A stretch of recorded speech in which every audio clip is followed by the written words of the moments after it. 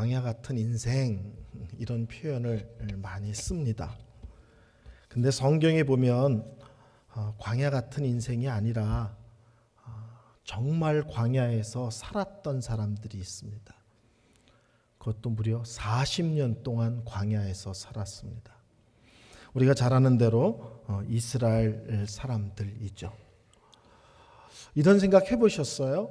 그들은 광야에서 어떤 하나님을 만나고 체험했을까? 또 하나님께서는 그 광야에 사는 이스라엘 백성들에게 자기 자신을 어떤 모습으로 보여주시고 또 만나 주셨을까? 오늘 성경에는 그 부분에 대해서 아주 명확하게 우리에게 말씀하여 주고 있습니다. 첫째, 이스라엘 사람들은 광야에서 어떤 하나님을 만났냐면 앞서 가시는 하나님을 만났습니다. 한번 따라해 볼까요? 앞서 가시는 하나님. 앞서 가시는 하나님. 오늘 성경 13장 21절 22절을 보면 이렇게 쓰여져 있습니다. 여호와께서 그들 앞에서 가시며 낮에는 구름 기둥으로 그들의 길을 인도하시고 밤에는 불기둥을 그들에게 비추사 낮이나 밤이나 진행하게 하시니 낮에는 구름 기둥 밤에는 불기둥이 백성 앞에서 떠나지 아니하니라. 오늘 본문에 세 가지를 얘기해요. 첫째는 그들 앞에서 가시며, 두 번째는 그들의 길을 인도하시며, 세 번째는 어떤 일이 있어도 결코 그들을 떠나시지 않으셨다는 거예요. 이스라엘 백성들이 이동할 때는 법궤가 약 1000m 정도 앞에 갑니다. 왜 법궤가 1000m 정도 앞에 가나? 여러 가지 이유가 있겠죠. 그렇지만 그 중에 하나는 바짝 붙어가면 앞에 있는 사람들은 보이지만 저 뒤에 있는 사람들은 법궤가 전혀 보이지 않을 거예요.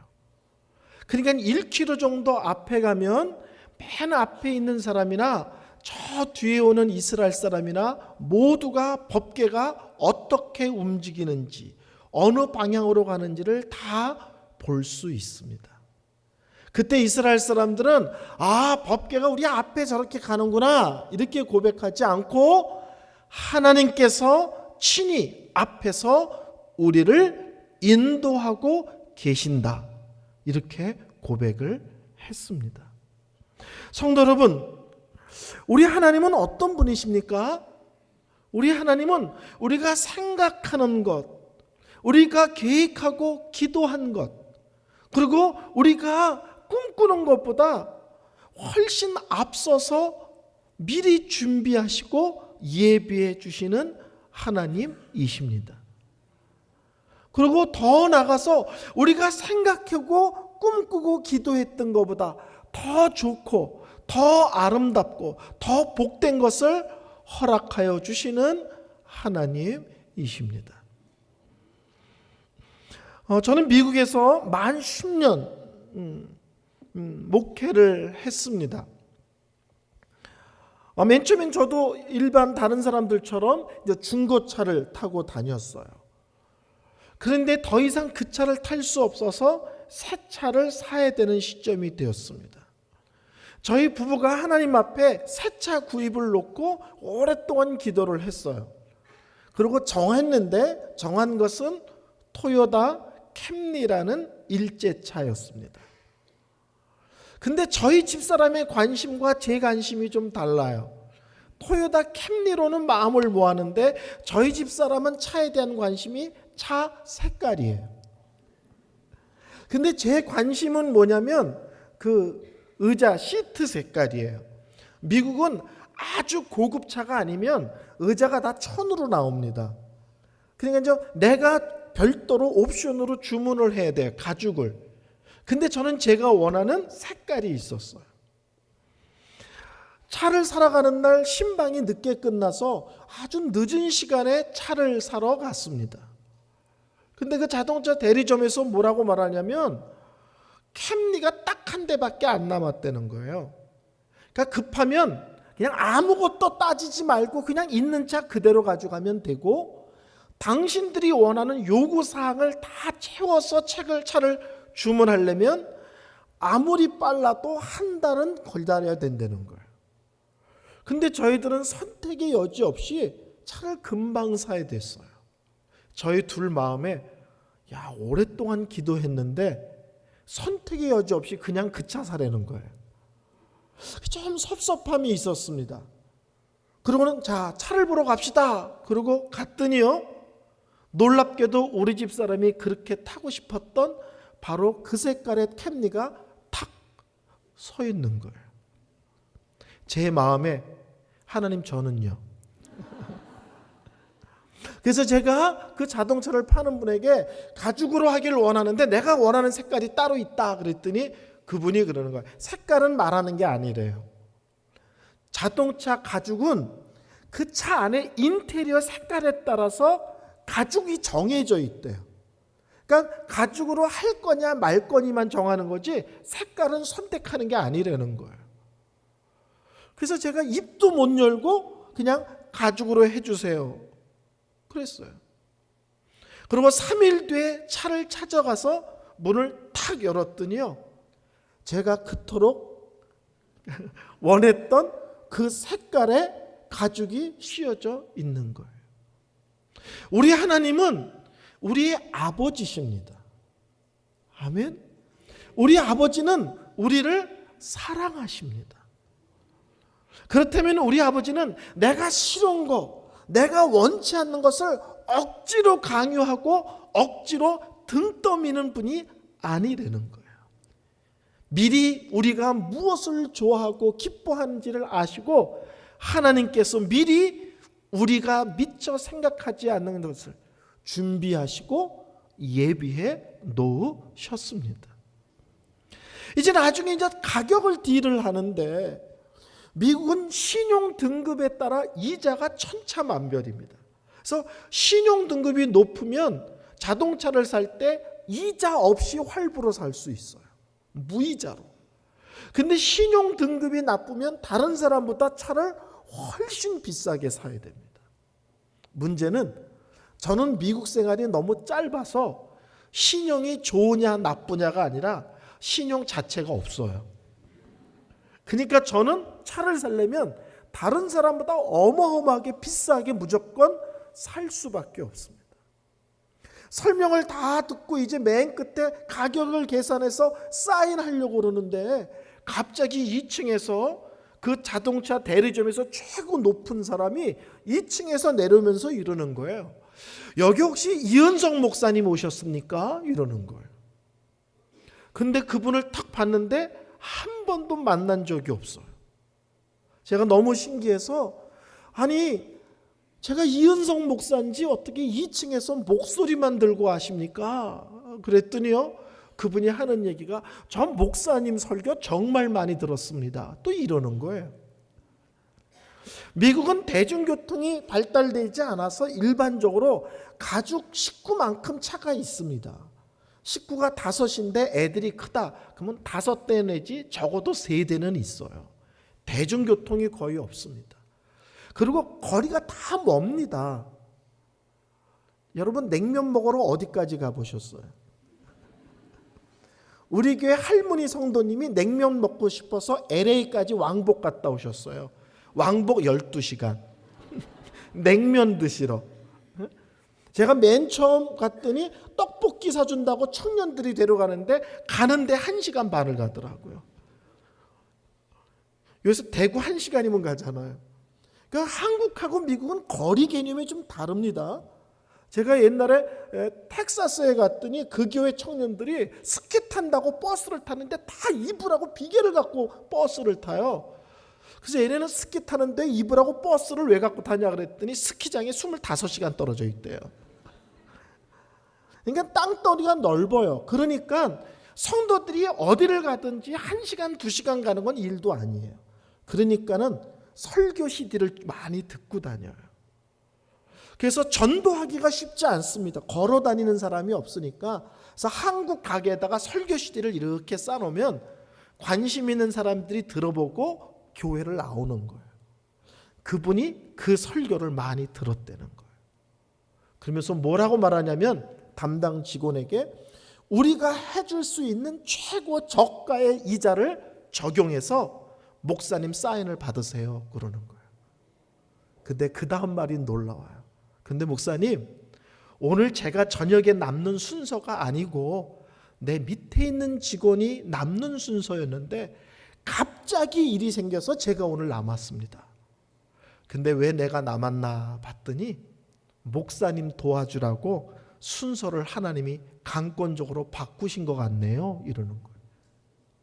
우리의 기도는 색깔과 가죽이었어요. 근데 우리 하나님은 우리의 주머니 사정, 우리의 경제적 형편까지 아셔서 담당자를 바꿔서 차를 싸게 구입하는 것까지 미리 예비해 놓으셨습니다. 이것을 아브라함은 이렇게 표현했습니다. 여호와 이레의 하나님. 하나님께서 아들 이삭을 바치라고 했을 때 아브라함이 칼을 들었을 때 하나님이 급히 말리셨죠. 그리고 눈을 들어봤더니 이삭 대신 바칠 짐승을 하나님이 미리 준비해 놓으셨어요. 그때 아브라함이 고백합니다. 우리 하나님은 여호와 이레의 하나님이시다. 미리 준비해 놓으시는 하나님. 아멘. 우리 하나님은 우리가 생각하는 것보다 더 귀하고 복되고 아름다운 것들을 허락하시고 준비하시고 그리로 인도해 주시는 하나님이십니다. 두 번째, 광야에서 이스라엘 사람들은 어떤 하나님을 만났는가? 돌아가게 하시는 하나님을 만났습니다. 우리 한번 다 같이 따라 할까요? 돌아가게 하시는 하나님. 오늘 성경 13장 17절 18절을 제가 읽습니다. 바로가 백성을 보낸 후에 블레셋 사람의 땅의 길은 가까울지라도 하나님이 그들을 그 길로 인도하지 아니하셨으니 이는 하나님이 말씀하시기를 이 백성이 전쟁을 하게 되면 마음을 돌이켜 애굽으로 돌아갈까 하였습니다. 그러므로 하나님이 홍해에 광야길로 돌려 백성을 인도하시매. 무슨 말인지 아시겠어요? 애굽에서 나와서 가나안 땅으로 가는데 지름길이 있어요. 그리고 그 길은 지름길일 뿐이 아니라 아주 편안한 길이에요. 근데 하나님이 지름길을 놔두고 먼 길로, 편한 길을 놔두고 험한 길로 돌아가게 하셨다는 거예요. 왜 그랬을까?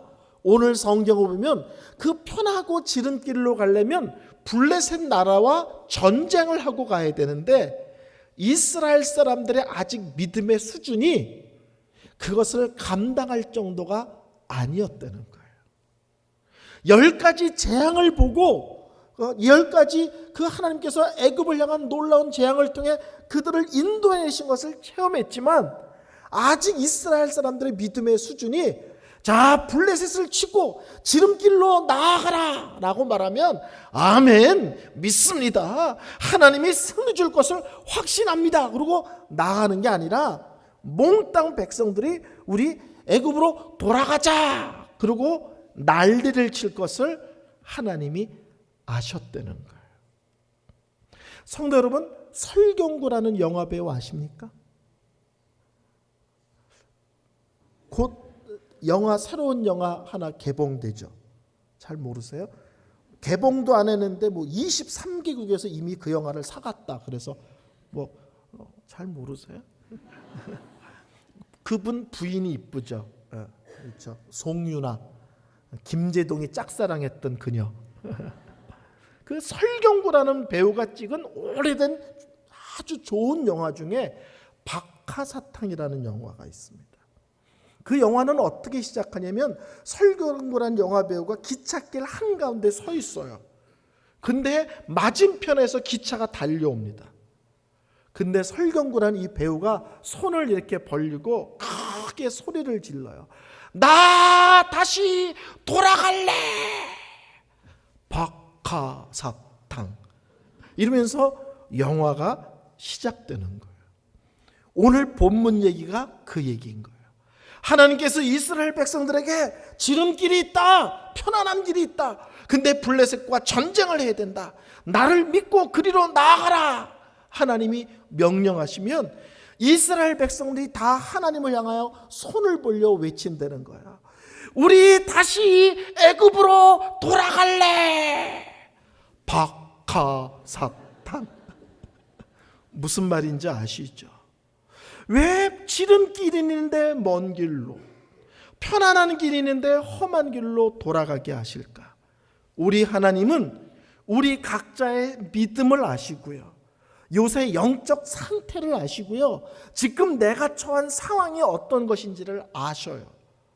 그래서 어느 때는 편안한 길로 가게 하시지만 어느 때는 그것을 알기 때문에 돌아가게 하실 때도 있습니다. 성도 여러분, 우리 하나님은 우리 영적 체질을 아세요. 그래서 편한 길이 다 좋은 길은 아닐 수도 있습니다. 지름길이 언제나 형통과 연관된 길이 아닐 수도 있습니다. 제가 몇 년 전에 해운대에 있는 어떤 한 교회에 주일 낮설교를 하러 갔어요. 그때 담임 목사님께서 이제 단기 선교로 성도님들하고 이제 외국을 나가셨어요. 근데 제가 소문을 들었어요. 그 교회에 해운대에서 유명한 한의원을 하는 한의사 선생님 한 분이 그 교회 성도라는 얘기를 제가 익히 들어서 알고 있어요. 설교가 끝나고 식사를 하는데 공교롭게도 그 한의사라는 집사님이 제 옆자리에 앉았어요. 저는 기회가 오면 절대 놓치지 않는 사람입니다. 그래서 가끔 사람들이 지나가면서 어머 목사님 반갑습니다. 우리 식사 한번 해요 그러잖아요. 그럼 저는 보통 이렇게 얘기합니다. 지금 시간 되는데요. 또는 언제요? 날짜를 미리 말씀해 주세요. 저는 기회가 오면 절대 놓치지 않습니다. 한 번은 아주 유명한 일본 피아니스트가 있는데 부산에 1년에 한두 번 와요. 제가 음악을 너무 좋아해서 그 친구랑 좀 교제하고 싶어서 식사 시간에 저를 좀 불러달라고 했어요. 그래서 그 친구랑 같이 처음으로 식사를 하게 되는데 한국말을 우리만큼 잘합니다. 그 일본 피아니스트가요. 그래서 어디 사냐 그랬더니 교토 산대요. 제가 나 교토 너무 좋아한다 그랬더니요, 일본 사람들이 특유의 예의가 있거든요. 그래서 교토 오시면 저희 집에 와서 주무시죠 이러는 거예요. 일본 사람은 그게 인사의 일종이에요. 교회 나와서 예 가겠습니다 이거예요. 근데 제가 핸드폰에서 달력을 찾아가지고 날짜를 찌푸라고 그랬어요. 언제 갈까 그랬더니 그 일본 친구가 당황해가지고 말을 못하는 거예요. 저는 기회가 오면 놓치지를 않습니다. 그 집사님이 옆에 앉은 순간 얼른 수저를 놓고 손을 내밀어서 맥을 짚어달라 그랬어요. 강사 목사님이 맥 짚으라는데 병원으로 오세요 이러지는 않으실 거 아니잖아요. 그래서 그분이 탁 맥을 짚더니 뭐라고 말하냐면 목사님은 목양 체질이네요 그래요. 그래서 제가 또 발끈했죠. 그럼 목사가 목양 체질이지 그럼 무슨 체질이겠냐, 나 목회 체질 많다 그랬더니 그분이 막 웃어요. 목사님들이 목양 체질이라면 똑같은 얘기를 한다는 거예요. 근데 자기가 말하는 목양 체질이라는 것은 야채를 먹으면 탈이 나는 스타일이래요. 제가 너무 놀랐어요. 그걸 어떻게 합니까? 저는 야채를 먹으면 항상 배가 아픕니다. 그래서 저는 친하지 않은 사람과 고기 먹으러 잘 안 갑니다. 그랬어요. 고기 먹을 때 다른 사람은 쌈에다가 깻잎에다가 마늘에다가 고기 올리는 동안 저는 입에 고기가 3점이 들어가. 그럼 저를 모르는 사람은 목사가 너무 먹는 걸 밝힌다, 눈치 없이 고기를 너무 집어간다, 그게 아니라 그걸 먹으면 배가 아팠어요. 그랬더니 그분이 그러는 거예요. 목양 체질은 잎을 먹으면 배가 아픈데 뿌리를 먹으면 괜찮대요. 그러니까 고기를 먹을 때 뿌리를 드세요 그러는 거예요. 뿌리가 뭡니까 그랬더니 고기 먹으러 가면 무를 동그랗게 썰어서 주는 데 있죠. 무 싸 먹으라는 거예요. 양파에다가 간장 같은 거 부어주는 데 있죠. 지금 3분만 끄떡이셨어요. 지금 그런 집이 있어요. 예? 양파 이거를 싸 먹으면 탈이 안 난다는 거예요. 제가 그래서 얘기를 했어요. 제가 91년도에 부산에 처음 왔거든요. 저는 서울 토백입니다. 광화문에서 태어났으니까 완전 서울 출신이죠. 광화문 가보셨어요? 근데 제가 처음 왔는데 그때 부산에 녹즙바람이 불었어요. 아시나요? 막 너도 나도. 그래서 교회에서 목회자 건강 챙긴다고 새벽 예배가 끝나면 관리 집사님이 컵에다가 목회자 이름을 써서 녹즙을 한 줄로 쫙 세워놨어요. 그러면 그걸 마시고 집에 가는 거예요. 한 달 지났는데 목회자들이 체질이 바뀌었다, 뭐 때깔이 좋아졌다, 뭐 살이 빠졌다, 난리가 나는 거예요. 너무 좋다고. 조금 더러운 얘기입니다. 이해하고 들으세요. 저는 한 달 동안 물설사 하는 바람에 죽을 뻔했어요. 그랬더니 그 한의사분이 저한테 그러는 거야. 다른 사람은 녹즙이 보약일 수 있는데 목사님 체질에는 녹즙이 독약입니다. 먹으면 큰일 난다는 거예요. 똑같은 건데 어떤 사람에겐 그거 먹고 몸이 좋아지지만 똑같은 사람의 음식인데 어떤 사람은 그거 먹고 사람이 초죽음이 되는 거예요. 체질이 다릅니다. 성도 여러분, 우리는 다 믿음이 달라요. 내가 처한 상황도 다 달라요. 또 요새 내 영적 상태도 달라요. 그래서 하나님은 똑같은 문제에 똑같은 기도를 했는데 여기를 좀 보세요. 어떤 사람은 이렇게 인도하세요. 근데 어떤 사람은 이렇게 인도하세요. 근데 어떤 사람은요 이렇게 인도하세요. 똑같은 문제고 똑같이 기도했는데 왜 다르게 역사하실까? 나를 아시는 거예요. 나에 맞게 하나님은 각각의 길을 인도하고 계십니다. 중요한 것은 어떤 길을 걷느냐가 아니라 어떤 길로 인도하시든지 내가 여전히 하나님 중심적인가? 어떤 길로 인도하시든지 나는 여전히 하나님만 바라보고 있는가입니다. 그러면 어디로 가든지 저는 그 끝이 아름답고 복될 것이라고 믿습니다. 저는 아주 잘 사는 부잣집 아들이었습니다. 딱 봐도 아시겠죠? 이건 어떻게 할 수가 없어. 이건 타고난 피라 피할 방법이 없어요. 근데 초등학교 1학년 때 아버님이 들어가시고 저희 집이 한순간에 몰락해서 거의 거지와 방불할 정도의 인생을 살았습니다. 저는 목사가 되고서야 비로소 새끼밥의 걱정으로부터 벗어났습니다. 오랜 세월 가난하게 살았어요. 그래서 저는 대학을 미처 못 갔습니다. 집안의 형편에 대학 갈 형편이 못 돼요. 그래서 고등학교 졸업하고 뭐 했느냐? 주유소에서 기름 넣었어요. 어머니는 연세가, 제가 고등학교 졸업할 때 어머니가 한갑이셨어요. 제가 홀어머니 외아들입니다. 그러니까는 제가 돈을 벌어야만 됐어요. 근데 목사가 될 사람인데 이렇게 살 수만은 없다는 생각이 들어서 하여튼 어떤 식이든지 좀 신학을 해야 될 것 같았어요. 근데 문제는 제가 그 당시에 작은 시골 교회 다녔는데 목사님이 안 계신 교회를 다녔어요.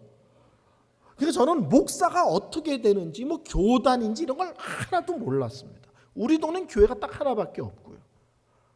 그래서 광화문에 생명의 말씀사 가서 기독교 신문 하나를 사서 딱 폈더니 여기서부터 저기까지가 다 총회신학교예요.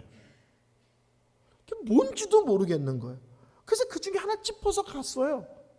갔더니 그 신학교가 그 유명한 야매 신학교, 무인가 신학교, 그냥 교회에다가 학생 모아놓고 그냥 가르치는 학교예요. 제가 3년을 그 학교를 다녔습니다. 그리고 군대를 제대하고 25이 되어서야 비로소 정규 신학대학을 다시 들어가요. 아, 교단이 있구나. 대학을 졸업하고 신대원을 가고 이런 절차가, 이런 것들을 뒤늦게 알아서 군대 갔다 와서 대학을 1학년으로 처음 들어갑니다. 그러면 제가 무인가 신학교를 3년을 전전했거든요. 그게 제 인생에 의미 없고 가치 없는 인생인가? 아니요. 거기에서 설교를 이제까지 제가 만난 목사 중에 최고로 잘하는 목사님을 만납니다. 그리고 강의를 하시는데 이분은 천재인가 보다 이런 생각이 들 정도로 탁월한 강의를 하는 분이세요.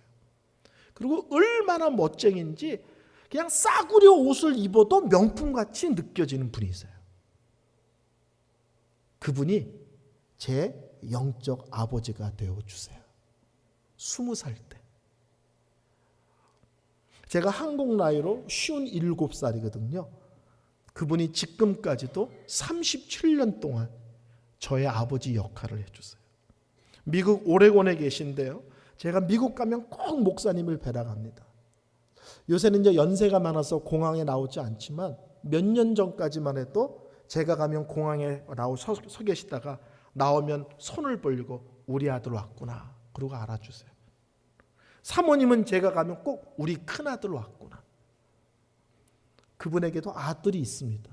그분은요, 메리어트 호텔이라는 호텔 아세요? 전 세계 6,000개의 고급 호텔을 갖고 있는 그런 데인데 거기 부사장이에요. 정확하게 말하면 고문 변호사입니다. 그 호텔 그룹 전체를 아우르는 최고 높은 변호사예요. 그러니까 허접한 집안이 아니에요. 근데 그분이 30년 넘게, 거의 40년 넘게 제 아버지 노릇을 해줬어요. 기도해 주시고 걱정되는 것이 있으면 상의해 주시고. 그리고 제가 분이엘 교목을 했었거든요. 그리고 40살 되든 40살 되었을 때 제가 미국에 가서 목회할 수 있도록 그분이 길을 열어주세요. 3년을 허송세월했는데 그게 의미 없고 가치 없는 거냐? 아니요. 하나님께서 제 인생에 가장 필요한 분을 거기서 만나게 하시고 20년 뒤에 미국 가서 목회할 수 있는 길이 그분을 만났기 때문에 하나님이 길을 열어주십니다. 저는 이런 원리를 깨달으면서 아이들에 대한 생각이 바뀌었어요. 아이들의 현재 모습이 내 마음에 안 들어도 그게 중요한 게 아니라 그럼에도 불구하고 이 아이가 하나님 중심으로 살면 하나님께서 이 돌아가는 끝에 아름다운 것을 허락할 거라는 믿음이 생겼습니다. 저는 이런 것들을 깨달으면서 성도들의 삶에 대해서도 함부로 얘기하지 않아야 된다는 것을 깨닫게 됐어요. 저 사람이 지금 인생이 꼬이는 것 같고 우리가 생각하기에 엉뚱한 데서 헤매는 것 같지만 그럼에도 불구하고 하나님의 사람이고 그럼에도 불구하고 하나님 앞에 엎드려 기도하고 그럼에도 불구하고 하나님 중심으로 살려고 몸부림친다면 저 돌아가는 끝에 분명히 아름답고 복될 것이라고 믿습니다. 성도 여러분, 다른 성도의 삶을, 특별히 다른 성도 집안의 자녀들에 대해서 함부로 판단하지 마세요. 돌아가는 것 같은데 실제로는 그게 지름길이고 막힌 것 같은데 그 아이에게는 그것이 형통하는 것과 손잡을지 우리가 어떻게 알고 판단하겠습니까? 하나님은 어느 때는 우리의 믿음, 우리의 상황을 아시기 때문에 좋은 길이 있는데 험한 길, 지름길이 있는데 먼 길로 돌아가게 하실 때도 있습니다. 돌아보면 그것도 나에게 복인 길이었습니다. 세 번째, 우리 하나님은 어떤 하나님인가? 막다른 곳에 서게 하시는 하나님이세요. 한번 따라할까요? 막다른 곳에 서게 하시는 하나님.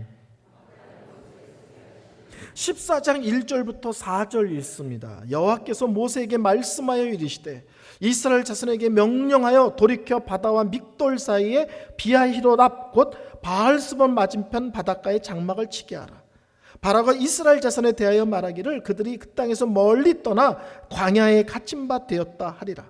내가 바로의 마음을 완악하게 한즉 바로가 그들의 뒤를 따르리니 내가 그와 그의 온 군대로 말미암아 영광을 얻어 애굽 사람들이 나를 여호와인 줄 알게 하리라 하시매 무리가 그대로 행하니라. 무슨 말씀이냐면 하나님께서 모세에게 명령하셨다는 거예요. 그 내용이 뭐냐? 홍해로 이스라엘 백성들을 끌고 가서 그 앞에다가 장막을 치라고 하셨다는 거예요. 근데 이스라엘 사람들이 홍해 끝자락에다가 장막을 쳤다는 것을 바로가 알고는 군대를 불러 추격하게 했다는 거예요. 그저 이스라엘 사람들이 갇혀버렸습니다. 뒤로 가면 바다에 빠져 죽고 앞으로 가면 바로 군대에 칼에 맞아 죽는 거예요. 근데 중요한 것은 그 길로 인도하신 분이 하나님이시라는 거예요. 왜 하나님은 사랑하신다면서 막다른 골목으로 인도하실까? 왜 하나님은 사랑하신다 그러면서 우리를 벼랑 끝에 서게 하실까? 저는 하나님이 어떻게 우리 속에 역사하시든지 그 이유는 언제나 사랑이라고 믿습니다. 성도 여러분, 우리 주위에 있는 성도들 중에서 의외로 벼랑 끝에 서지 않으면, 하나님이 막다른 곳으로 몰아넣지 않으면 절대 회개하지 않는 사람이 있습니다. 죄가 있는데, 부끄러운데, 하나님이 가슴이 아프다는데 그 죄에 대해서 뻔뻔함을 갖고 있어요. 부끄러워하지 않아요. 회개하지 않아요. 그 죄 짓는 걸 두려워하지 않아요. 그러면 하나님을 참으시지만 더 이상 참으면 안 되겠다는 단계가 오면 사람을 벼랑 끝으로 모십니다. 그리고는 하나님께 납작 엎드려서 눈물 콧물 쏟으면서 자기가 얼마나 하나님 앞에 심각한 죄인인지 회개하고 결단하고 하나님의 은혜를 덧입지 않으면 살 수 없다는 것을 처절하게 깨닫게 하십니다. 어떤 사람은 그 안에 내면의 심각한 죄를 회개하기 위해서 하나님이 강권적으로 낮추실 때가 있습니다. 어떤 사람은 자기 주장, 자기 고집이 있습니다. 하나님 보시기에 그렇게 가면 안 되는데, 저 계획대로 가면 망하는데, 그런데도 고집 세우고 가는 분들이 계세요. 그러면 하나님이 강권적으로 막으시고 목을 조이십니다. 그래서 하나님 앞에 자기의 주장, 자기의 고집, 자기의 계획을 내려놓고 하나님의 계획, 하나님이 열어주시는 길로 아멘 하고 따라가게 하십니다. 아멘. 어떤 사람들은 아주 거칩니다. 무례합니다. 그런데도 그거에 대해서 일체 자신을 돌아보지 않아요. 그러면 하나님은 그런 사람을 때가 되면 막다른 골목에 놓으셔서 네가 얼마나 거친지, 너 때문에 얼마나 많은 사람들이 아프고 힘든지, 너 때문에 교회가 얼마나 힘이 들어 하는지 처절하게 깨닫게 하셔서 겸손하지 않고는, 온유하지 않고는 안 되도록 강권적으로 만들어 내십니다. 여러분, 아이들 키워보셨죠? 저는 아들 하나에 딸 둘입니다. 가운데가 아들이고 양쪽이 딸인데 30, 29, 27입니다.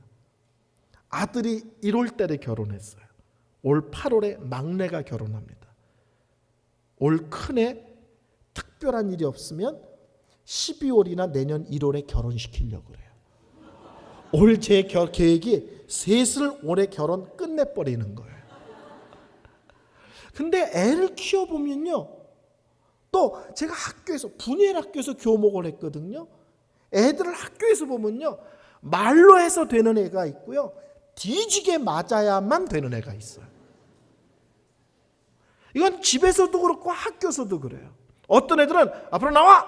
선생님이 부르시고 손 내밀어! 그러면 때리지도 않았는데 난리가 나요. 손 내밀고 회초리가 올라가기만 했는데 이런 애들 보셨죠? 아직 때리지도 않았는데 벌써 벌벌 떨고 울고 난리가 나. 그럼 선생님이 머리 톡 치고, 이 자식아 들어가 임마. 그럼 끝이에요. 근데 어떤 애들은요, 나와! 그러면요, 엎드리라고 하지 않는데 지가 가서 딱 엎드려. 그리고 딱 목에 힘주고 있어요. 제가 고등학교 다닐 때는 학교에서 야구방망이를 팼거든요. 그러면요, 선생님이 야구방망이를 팹니다. 그러면요, 빽! 근데 어느 단계가 있어요. 그 마지막 단계를 딱 하면요, 무릎 확 꿇고 살려주세요 선생님. 그래. 바보 같은 놈, 맨 처음부터 그러지. 야구방망이로 뒤지게 맞고 더 맞으면 죽을 것 같다는 생각이 들 때 비로소 잘못했다 그러고 용서해달라고 그러고 다시는 안 그러겠다 그러고 꺾이는 놈들이 있어요. 성도들 중에서도요, 말만 해도 되는 사람이 있어요.